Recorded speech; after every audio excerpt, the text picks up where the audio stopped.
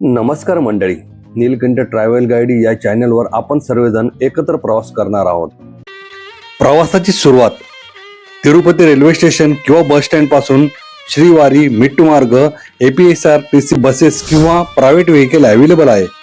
Srivari मिट्टूमार्ग 17 kilometre अंतरावर आहे. साधारणतः अर्धा तास जायला लागतो. दिव्य दर्शन टोकन व श्रीवारी मिट्टूमार्ग उघडण्याची वेळ सकाळी 6 ते रात्री 6 वाजेपर्यंत. श्रीनिवास मंगापुरम हा श्रीवारी मिट्टू मार्गाचा एंट्री पॉइंट किंवा स्टार्टिंग पॉइंट आहे. महत्वाचे, श्रीवारी मिट्टू मार्ग फक्त दिवसा ओपन असतात. भक्तांनी सकाळी 6 ते संध्याकाळी 6 वाजेपर्यंत या मार्गावर जाण्याची परवानगी आहे. रात्री हा मार्ग पूर्णपणे बंद असतो. सामान्यतः वार्षिक गरुड वाहन सेवा यासारख्या विशेष दिवशी श्रीवारी मिट्टू मार्ग 24 तास उघडे असते. गरुड वाहन सेवा, वैकुंठ एकादशी इत्यादी विशेष दिवसावर तिरुपती श्रीवारी मिट्टू उघडण्याच्या वेळा बदलू शकतात.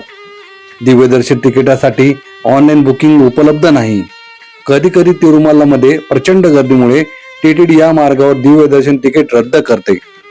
लगेच कुठे ठेवायचे? TTD संस्थाने श्रीनिवास मंगापुरम येथे स्टार्टिंग पॉइंटला लागूनच लगेज काउंटर असून ही सुविधा फ्री आहे. तिथे तुम्ही लगेज जमा करून लगेज ठेवल्याची डिपॉझिट स्लिप आवश्यक घेणे व ती जपून ठेवणे.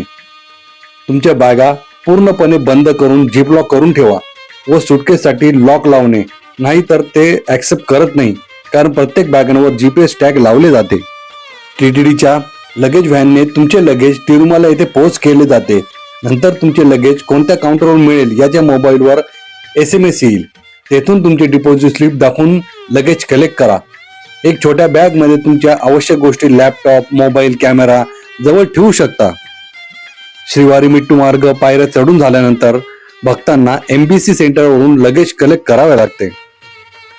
श्री बालाजी मंदिरापर्यंतचा प्रवास जेव्हा तुम्ही श्रीवारी मिट्टू मार्गापासून पहिल्या पायऱ्यापासून सुरुवात करतात तेव्हा प्रवासाच्या सुरुवातीच्या टप्प्यांना जास्त वेळ लागेल.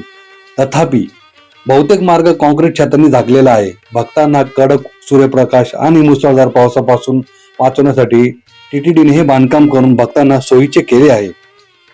रोज श्रीवारी मिट्टू मार्गाच्या 1250व्या स्टेप्सवर दिव्य दर्शन बायोमेट्रिक टोकन सुविधा उपलब्ध असून तेथे रोज 5000 टोकन मिळतात आणि जेव्हा टोकन संपतात तेव्हा काउंटर बंद होतो. टोकन सुविधा मोफत दिली आहे. दिव्य दर्शन टोकन मध्ये एक स्लॉट मेन्शन केला असून त्यामध्ये त्या वेळेतच तुम्हाला श्री बालाजी भगवानचे दर्शन घेतले पाहिजे. 1 ते 2 तास उशीर झाला तरी चालू शकतो. त्यामुळे जेवढे लवकर शक्य होईल तेवढे लवकर टोकन मिळवण्याचे चान्सेस जास्त असतात. पण वीकेंडच्या वेळेस जाणार असाल तर तेव्हा चान्सेस फार कमी आहे. 2050व्या स्टेप्सवर दिव्य दर्शन टोकन चेकिंग पॉइंट अवेलेबल आहे. येथे टोकनचं चेकिंग झाल्यानंतर टोकनवर शिक्का मारल्याशिवाय टोकन व्हॅलिड होत नाही. त्यानंतर पुढील 300 पायऱ्या चढल्यानंतर 2350व्या स्टेप्सवर तुम्ही तिरुमलाच्या प्रवेशद्वाराजवळ पोहोचतात. साधारणतः 2 ते 3 तास पायरीवरून तिरुमला प्रवेशद्वाराजवळ जाण्यासाठी लागतो. राहण्याची व्यवस्था अलिपिरी मिट्टू मार्गासारखीच आहे.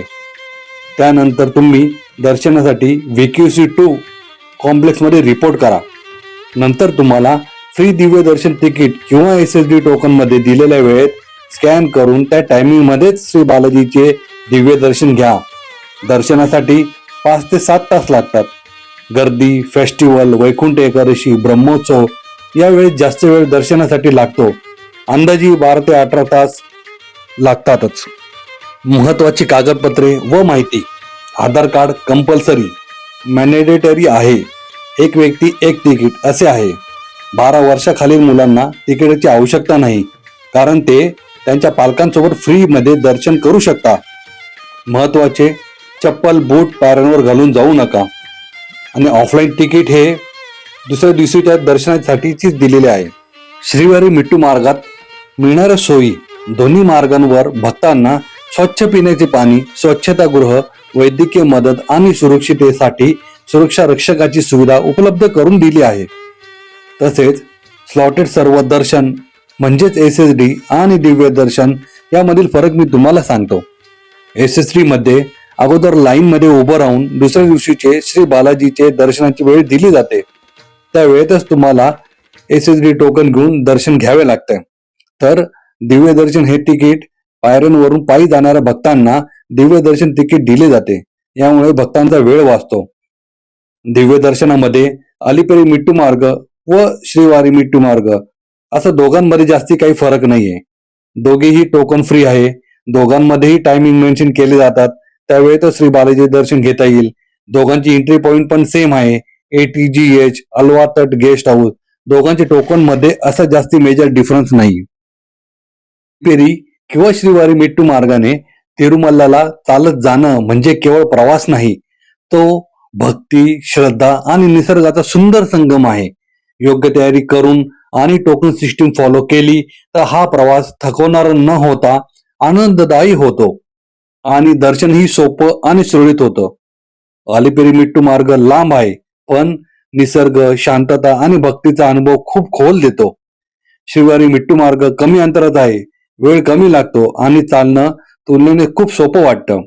कोणताही मार्ग निवडा, तिरुमलाला चालत जाण्याचा अनुभव हा आयुष्यात एकदा तरी घ्यायला हवा.